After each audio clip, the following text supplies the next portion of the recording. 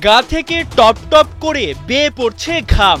গ্যালারিতে প্রবাসীদের বাদ ভাঙা উল্লাস, টাইগারদের নীরব উদযাপন। কঠিন সমীকরণে টুর্নামেন্টে টিকে থাকা নিশ্চয়ই স্বস্তির, আনন্দের। তবে এই পথটা এতটা কঠিন হতো না যদি কিনা লঙ্কানদের বিপক্ষে জয় পেত লাল সবুজরা। অতীত অতিথি। নয়া খবর, উঠতে থাকা আফগানদের ডানা কেটে সুপার ফোরের আশা টিকিয়ে রাখল লিটন দাসের দল। আবুধাবিতে টাইগারদের ডু অর ডাই ম্যাচ। জাতীয় সঙ্গীতে দর্শকদের মায়া ভরা চেহারা। সব উপেক্ষা করে লাল সবুজের টানে ছুটে এসেছে রেমিটেন্স যোদ্ধারা। লিটনরা কি পূরণ করতে পারবে দর্শকদের চাওয়া পাওয়া? টস জিতে ৪ পরিবর্তনে ব্যাটিংয়ের সিদ্ধান্ত বাংলাদেশের। সাইফ হাসানের সঙ্গে তানজিদ তামিম। শুরুটা মন্দ হয়নি টাইগারদের। বিনা উইকেটে পাওয়ার প্লেতে ৫৯ রান। ৩০ রানে প্যাভিলিয়নে ফিরে যান সাইফ।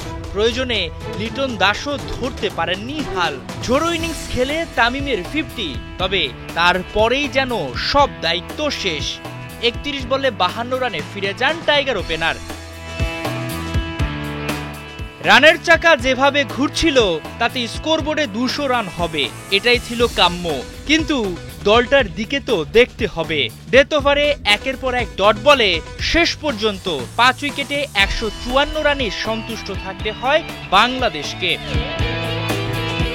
এশিয়া কাপ টি-20তে বেঁচে থাকার মিশনে শুরুতেই নাসুম আহমেদের উপহার। সাদিকুল্লাহ আতালকে বিনা রানে ফেরান প্যাভিলিয়নে। তবে এখানে তৃপ্তির ঢেকুর তোলেননি এই সিলেটি। দ্রুতই ফিরিয়েছেন ইব্রাহিম জাদরানকে।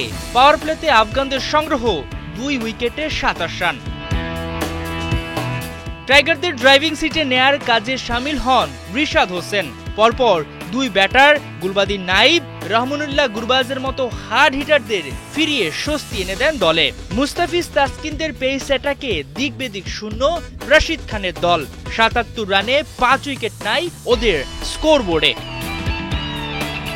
তবে এরপরই ঝড় তোলেন আজমতুল্লাহ ওমরজাই। ভয়ঙ্কর হয়ে ওঠা এ আফগানকে থামান তাসকিন আহমেদ। ম্যাচে ফেরে বাংলাদেশ।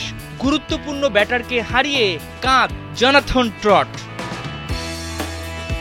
এরপরের গল্পটা সবারই জানা। কখনো মনে হচ্ছিল এই বুঝি সব সমীকরণ ভেস্তে যাবে বাংলাদেশের। টাইগারদের পিটিয়ে জয় তুলে নিবে রশিদ খানের দল।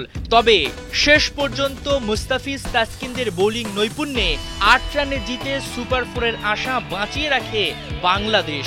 টেবিলের দ্বিতীয় স্থানে উঠে গেলেও এখন তাকিয়ে বৃহস্পতিবার আফগান লঙ্কান ম্যাচের দিকে। আফগানিস্তানের হারে নিশ্চিত হবে বাংলাদেশের সুপার ফোর।